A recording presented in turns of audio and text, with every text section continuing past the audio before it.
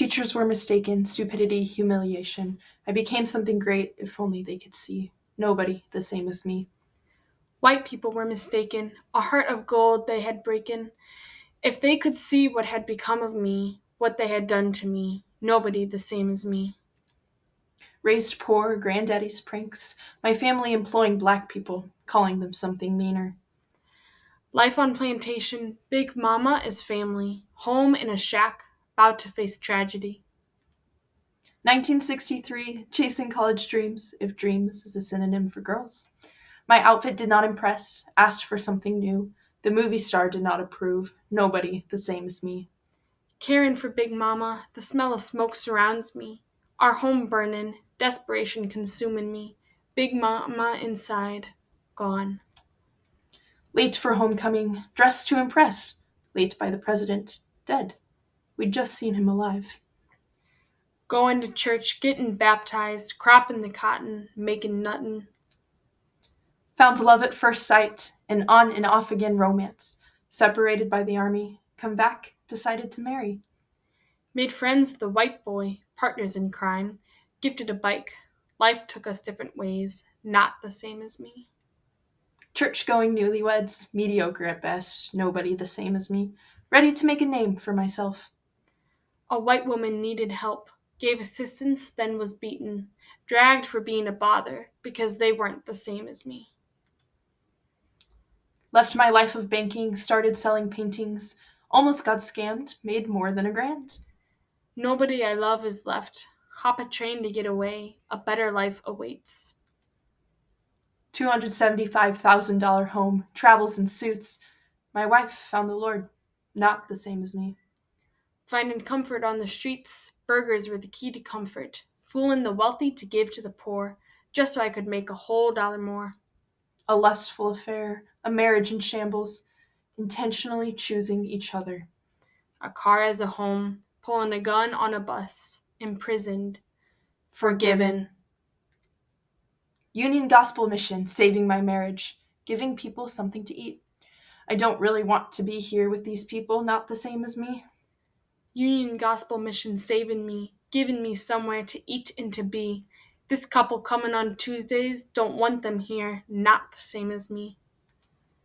Heart changing, becoming invested, helping these people make memories, except that one guy who's not worth my time, until he extends a coffee invite.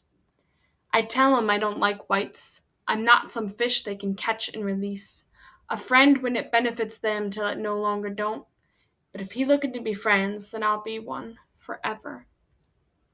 Going to new places, Going on adventures. learning about his history. This rich people art? You gotta be kidding me. The streets may own him, His keys sure do own him. All those unnecessary things. but the streets taught him character, a life that was his own. And to get to listen to him talk about it because we're friends. Friends? Taking time to better know Miss Debbie. Sister Betty learning I can sing. Taking me to church, then on retreat. Found him in the hospital. That really scared me. I guess he does mean something. I was just scared to poop, but that didn't matter. Miss Debbie had shown me much goodness. I gave Ron an important message. He said, when you was precious to God, you become important to Satan. Watch your back, Mr. Ron. Something bad getting ready to happen to Miss Debbie. How did he know? A lunch date with my daughter. A worried phone call from my wife interrupts. A growth found in her abdomen. The doctor confirms our fears and pronounces the sentence. Cancer. Learning Miss Debbie's got cancer. Fear enters my heart. For the first time since Big Mama, I loved somebody, and now God might be taking her away. Hospital rooms are my reality, an overabundance of flowers. To the mission they are sent, Denver is absent. I quickly judge his lazy character, only to learn for Deborah he has spent the night in prayer. I don't mind sitting by a dumpster. Somebody ought to be praying for Miss Debbie. Everyone else prays in the day. I figured I'd pray through the night. We hoped for hope. Surely this doctor could bear good news. The specialist dooms Deborah to the 1 year. A light-headed wife faints into my arms. We ignore the doctor. It will be a good year. Denver is missing again. I question my decision to trust. Trust him, trust the Lord. Deborah corrects me to pray. Denver has arrived. He returns with $400 in the truck. My trust partially restored. Now, why a rich white man trusted me with this task, I don't know. His truck, his daughter's possessions, and $700 cash entrusted to a broke, illiterate, homeless man. I slept in the truck, ate at gas stations, I saved the money. I crept up the mountain in fear of breaking trust. Now, Mr. Ballantyne ain't no Valentine, but I'd take care of him anyway. He asks for a drink and cigarettes. We bless him with one of the few pleasures left. His heart is changed. I scream in anger, frustration, and pain as the cancer worsens. I shake my fist at God. The experimental chemo only worsened the pain. A drive to San Antonio, fruitless. Mr. Ron is angry at God, but God has a purpose for all. Our limitation is God's opportunity. Ain't nothing we can do, but God can. How do you live the rest of your life in a few days? She says. How do you answer that question?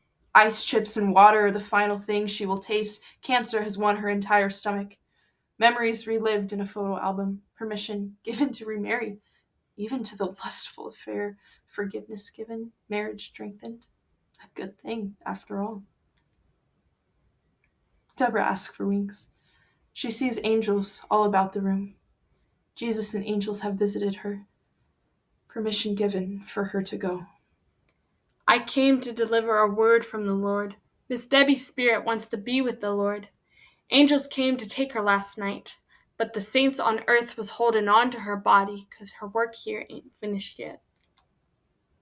One last surprise visitor, a Jewish coworker, Michael. An encounter with God through Deborah's presence.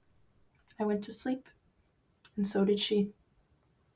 I visited Miss Debbie one last time. If you lay down the torch, I'll pick it up and keep your ministry to the homeless going.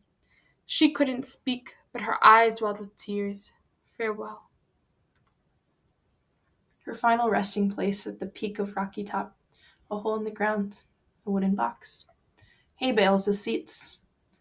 All leave, but Denver remains. His mourning, not so different than me. I talked to Miss Debbie. She was the onlyest person that looked past my outside and saw inside somebody worth saving. I cried. She taught me we all has more in common than we think. Denver preached. Applause thundered. Tears streamed. A miracle stood before us. I'm glad I spoke about Miss Debbie. A much-needed vacation taken with Deborah's blessing. A phone call waiting. Deborah Hall Memorial Chapel was born. I suspect Mr. Ron's friendship. I lay awake, unable to sleep. Miss Debbie visited. Denver, you are welcome in our home. I had trusted God and he failed me. How do you forgive that? First Thanksgiving without Debbie. Thanksgiving hard to come by. Mr. Ron was grieving a lot. We have to be thankful for what hurts. Sometimes God does things that hurts us, but they help somebody else. We have been entrusted much with the gift of Deborah. We have been entrusted with the gift of Miss Debbie. We want to commemorate our story in a book. I need to see Denver's past. I can't describe Red River Parish. I need to see it it with my eyes. A posed photograph, a past life remembered, a solemn silence to process. Nothing but a shack to live in. Memories flooded at the sight of the fields, cotton ready for picking. I picked cotton here for a lot of years. The train whistle called me home. I carried the torch Miss Debbie passed on to me. I moved into Mr. Ron's mansion as a guard. I began a life of painting. I continued art sales. Denver moved in with me. I hired Denver to be the night watch. My son Carson joined me. After all the heartbreak and loss and the lives we've lived, I decided Denver was... I'm almost 70 years old. I got a lot to learn. I used to spend a lot of time worrying that I was different from other people. But I found out everybody's different. the same kind of different as me. Thank you for taking time to listen to our poem. This book is a life of living relationship, and I hope we reflected that in our poem. Um, you find relationships in different poems, and when we let prejudice blind us from building relationships with others, we miss out on the opportunity to live a beautiful life with beautiful people. Additionally, relationships break down isolation. We see Denver and Ron becoming isolated because of their life choices, and Debbie is able to pull them out of this isolation through relationship with them, and their relationship with each other helps pull them out of this isolation as well. Finally, relationships require commitment. In When they get coffee, Denver tells Ron, I don't want to be a catch and release friendship. When we commit to a relationship with someone, that means we're all in. It can't be whenever I feel like it and benefits me. And it has to be the same way with our students. We need to love them unconditionally all the time, not just when it's easy for us or works for our benefit. Mm-hmm. Something that stuck out to me in the book and the themes that were there were that friends can be found in the least likely places. I can relate to Mr. Ron and Denver in my own life. There are times, more often than I'd like to admit, that I am really quick to judge and to already be decided that I'm not going to be friends with this person. I don't like them.